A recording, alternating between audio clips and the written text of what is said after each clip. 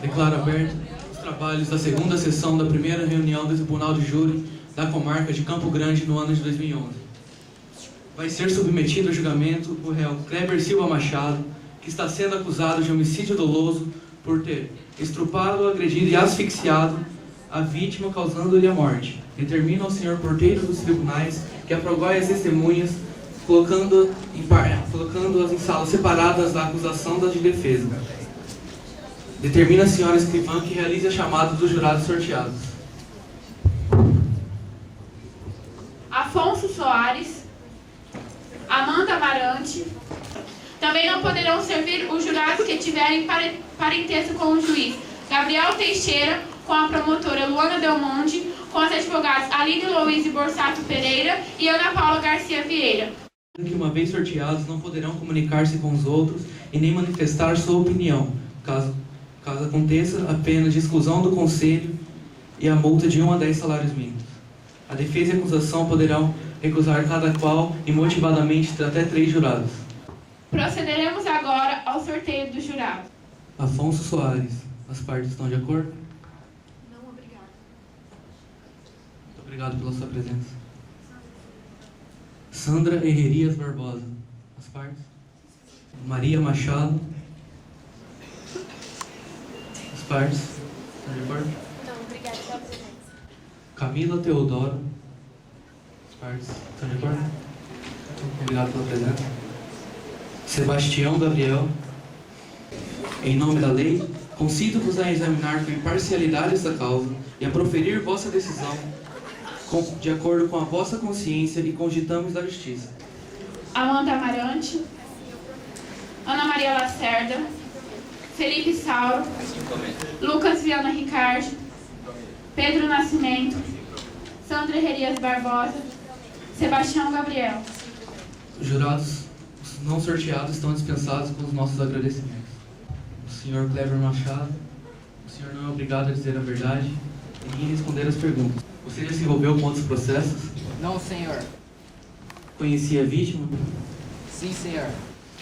Qual a ligação que você tinha com a vítima? A mãe dela frequentava a igreja, onde costumava dar culto. Há quanto tempo vocês se conheciam? Mais ou menos uns 6 a 7 anos. O que aconteceu exatamente no dia do crime? A Joana passou a tarde comigo, prestando serviços comunitários. E logo mais à noite, eu insisti para ir embora. Ela não queria, pois tinha tido uma briga muito feia com seu pai pela manhã. Mas eu insisti e ela acabou aceitando. No meio do caminho, ela começou a me seduzir. Você sabe, né? Eu acabei cedendo. Mas o horário não era propício e eu precisava deixar ela em casa. Precisava fazer aquilo. Então levei ela até perto do sítio. E onde eu podia ver, ficou tudo bem com ela. E como de costume, voltei para a igreja. Joana de Almeida saiu de casa pela manhã para ir à escola e não retornou mais. Segundo testemunhas, passou a tarde com o réu Kleber Silva Machado, que relatou ter levado para a casa ao entardecer do dia, tentando assim conquistá-la.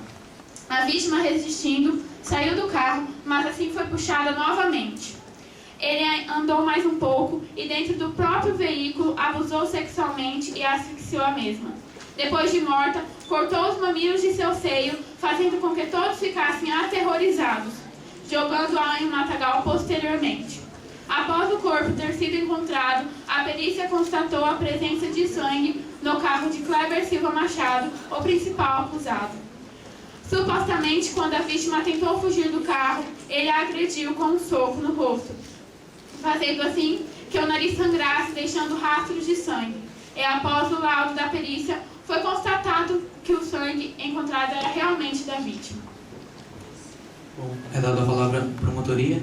Estão aqui para acusar uma pessoa que matou, teve a coragem de matar, sangue frio, a melhor amiga. Essa menina tinha 17 anos de idade. Ela era uma pessoa inocente, nunca tinha feito mal a ninguém. Era amiga do réu. O réu e a vítima se conheciam há cerca de 6, 7 anos. Não era de ontem a amizade que eles tinham. No dia do crime em questão, o réu alega ter passado o dia com a vítima, ajudando os trabalhos comunitários da igreja. Ao entardecer, ele percebeu que não era, ele ele disse para a vítima que não era seguro que ela fosse da igreja até a sua casa, pois ela morava numa área rural. Não era seguro que ela andasse. Ela, então, aceitou o pedido dele, deixou que ele levasse em casa. Afinal, ela estava ao lado de um amigo. O que ia acontecer com ela? Ela aceitou. No caminho, o réu alega que ela o seduziu e que ele acabou cedendo. Preste atenção. O acusado tem 39 anos. Essa jovem tem 17. Essa menina é menor de idade. E ele cedeu. Ele conhecia ela. Simplesmente cedeu. Por que isso não aconteceu antes? O dia que ele supostamente cedeu, a menina apareceu morta. No caminho de sua casa, uma testemunha viu um fato muito peculiar. Ela vira um carro preto passando ao redor da sua casa. Exatamente no horário que ele saía para levar a menina em casa. Foi dentro desse horário. E no mesmo caminho, o caminho que ele fez. Essa testemunha em depoimento, em depoimento alegou o seguinte. Abre aspas. Meu filho Silas estava na varanda brincando com a bola, depois do jantar. 9 horas da noite, quando ele percebeu a estranha presença de um carro, que não era comum passar na redondeza. Curioso, ele ficou observando. Quando viu uma jovem tentando fugir do carro, mas foi impedida por um homem. Segundo ele, era um carro preto, cuja placa ele não conseguiu ver. Essa criança que viu tem 13 anos de idade. Essa criança soube distinguir que o que estava acontecendo naquele carro não era normal. Para a menina sair correndo do carro, desesperada, pelo amor de Deus, não faz nada comigo. Essa criança de 13 anos teve a consciência de ver o que acontecia lá, não era uma coisa normal. Ele ficou desesperado, ele ficou observando. E ele viu um homem saindo desse carro, agarrou a garota e trouxe de volta. O carro do réu é um carro preto. O horário bate com o horário que ele saiu. O caminho é o mesmo que ele fizeram. Não é coincidência demais? Sabe por quê? O carro do réu foi encontrado sangue da vítima. Sabe por que a vítima quis sair correndo? Porque ela estava desesperada. Esse cara, esse moço queria ter relação com ela. E ela estava no direito dela de negar. Não, eu não quero. Mas ela disse não e ele não aceitou a resposta dela. Ele foi atrás dela. E ela saiu, conseguiu fugir do carro. Mas não, ele a trouxe de volta. Porque o interesse dele era acabar com essa menina. Ele queria sim ter uma coisa a mais. Ele queria ele tinha segunda intenções com ela. Isso tá claro. Ela viu, ela ficou desesperada naquele carro, conseguiu fugir. Ele saiu correndo atrás dessa menina. Trouxe de volta. Não, você vai ficar aqui. É aqui que a gente vai resolver isso aqui. Sabe o que ele fez? Ele estuprou essa garota. Ele não respeitou a vontade dela de não quero. Ele simplesmente não ligou. Ele disse que é amigo da vítima, que ele sempre ajudava a vítima na igreja. Que amigo é esse? Não é amigo. Ele disse que tinha um carinho especial por ela, que tinha um amor. Que amor é esse? O carro dele foi encontrado sangue da garota no encosto do carro. Sabe por quê? Porque ela tomou um soco no nariz, o nariz dela fraturou. Sangue respingou no carro. Além de ter sido encontrado sangue no encosto do carro, foi encontrado na maçaneta.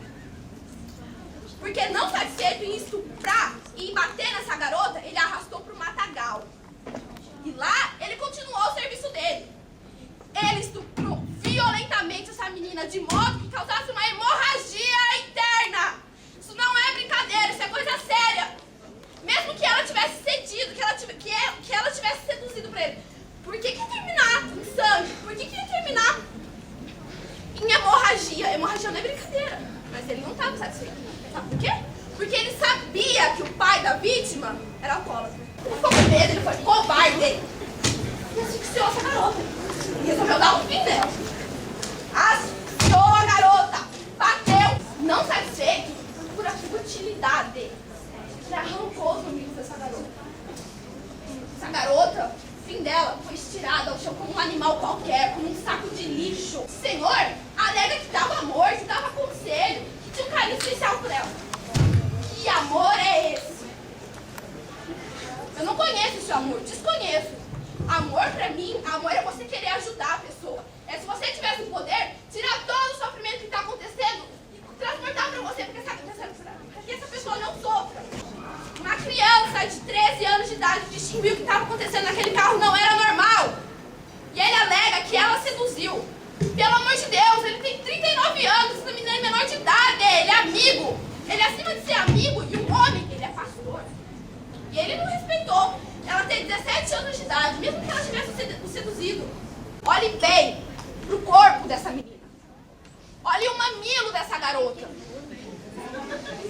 O réu alega que dava autoestima, que levantava ela do chão antes disso tudo. Sabe por quê? Isso não importa.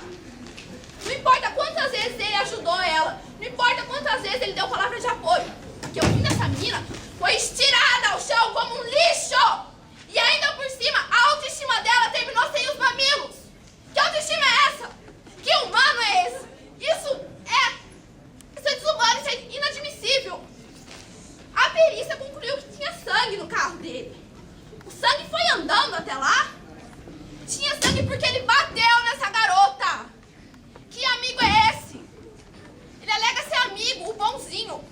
O pai dessa garota sofre de alcoolismo. Com toda essa doença, ele nunca chegou a tamanha brutalidade com essa menina. O bonzinho da história foi capaz de bater nela. O bonzinho da história a estuprou, asfixiou e arrancou os mamilos dela. O bonzinho foi capaz de fazer isso. Agora o cruel, o pai, nunca fez isso.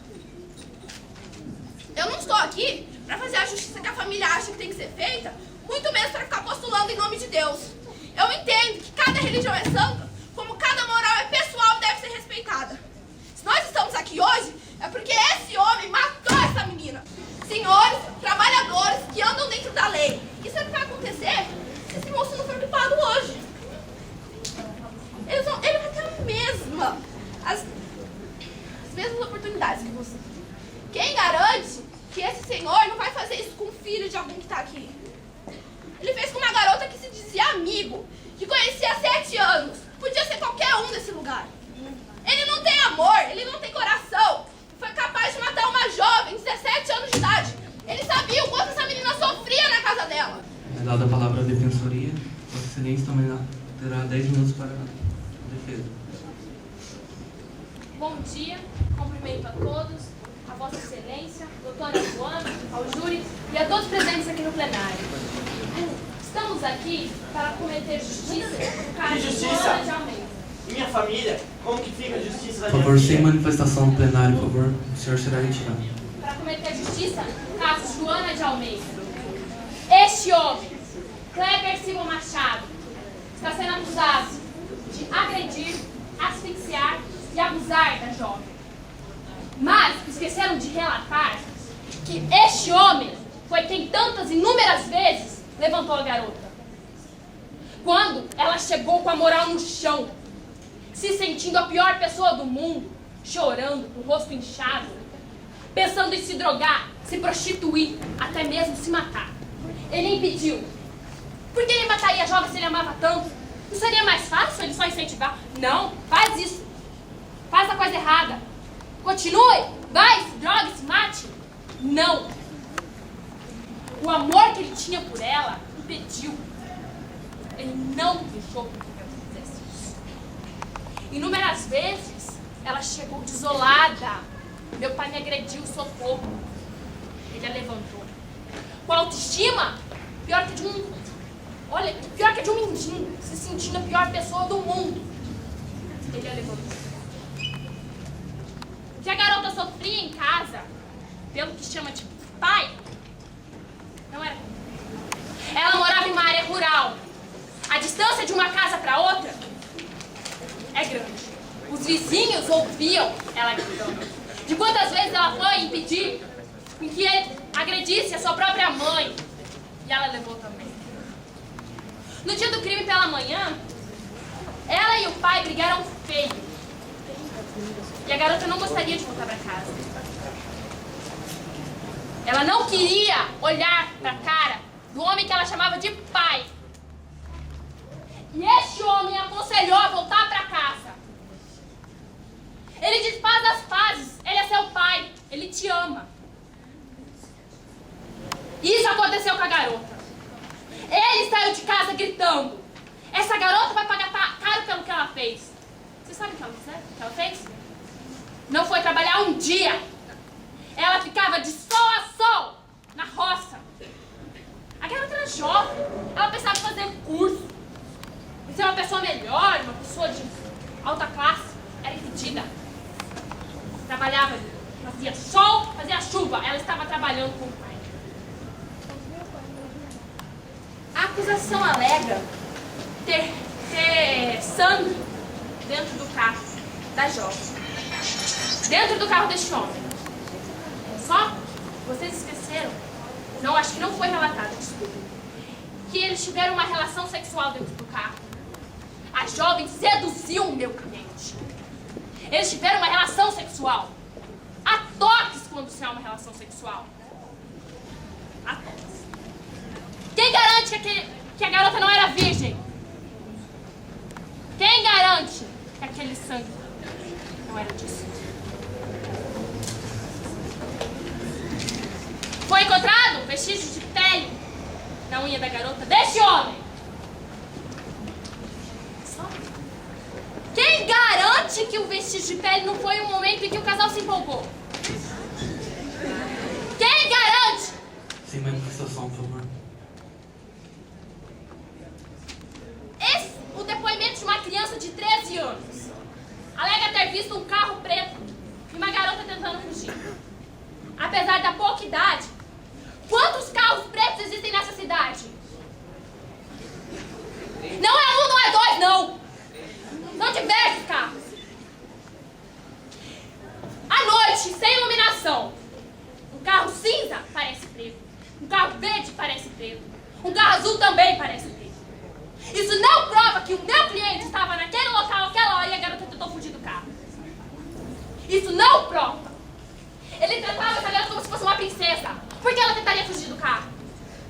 Ela seduziu o meu cliente. Ele teve consciência de parar e levar a garota para casa. Ele a deixou a alguns metros de seu sítio. Porque a garota alegou ter medo que seu pai visse ela com um homem. Mesmo que este homem fosse seu pastor, fosse seu pai, tratasse ela como realmente ela gostaria de ser tratada. Ele era seu melhor amigo. Ele sim cuidava dela. Porque ela recebeu o amor deste homem que ela nunca recebeu em 17 anos da sua vida, na sua própria casa. O pai da garota, no dia que a mãe foi fazer o boletim de ocorrência, minha filha sumiu, me ajudem. Ele chegou gritando na frente de todos. Essa garota não merece isso. Essa garota não merece isso. Ele devia estar preocupado. Ela sumiu, mas não estava. As pessoas que conviviam com a Joana e com o Kleber duvidam que ele tenha feito isso. Este homem não merece estar sentado ali, sendo acusado de acabar com a vida da Joana. Porque tantas vezes, tanto cuidou dela. Ele amou a Joana como ela nunca foi amada. Ele cuidou. Porque amor que ela recebia em casa, aquele era o tipo de amor. Ela era agredida dentro da sua própria casa. Queria se matar, se drogar, se prostituir. Chegava chorando. Ele fazia ela mudar de ideia. Ele erguia a garota. E ainda fazia com que ela fizesse as pazes com o que ela chamava de pai. Ele era um irmão, o melhor amigo. Se ele quisesse acabar com a vida da garota, seria muito mais fácil incentivar a seguir o caminho errado. Ele não incentivou. Ele amava a Joana. Por que ele faria isso? Se ele quisesse realmente matar, por que ele não incentivaria? Ele não matou a Joana. O que aconteceu com a jovem foi uma fatalidade.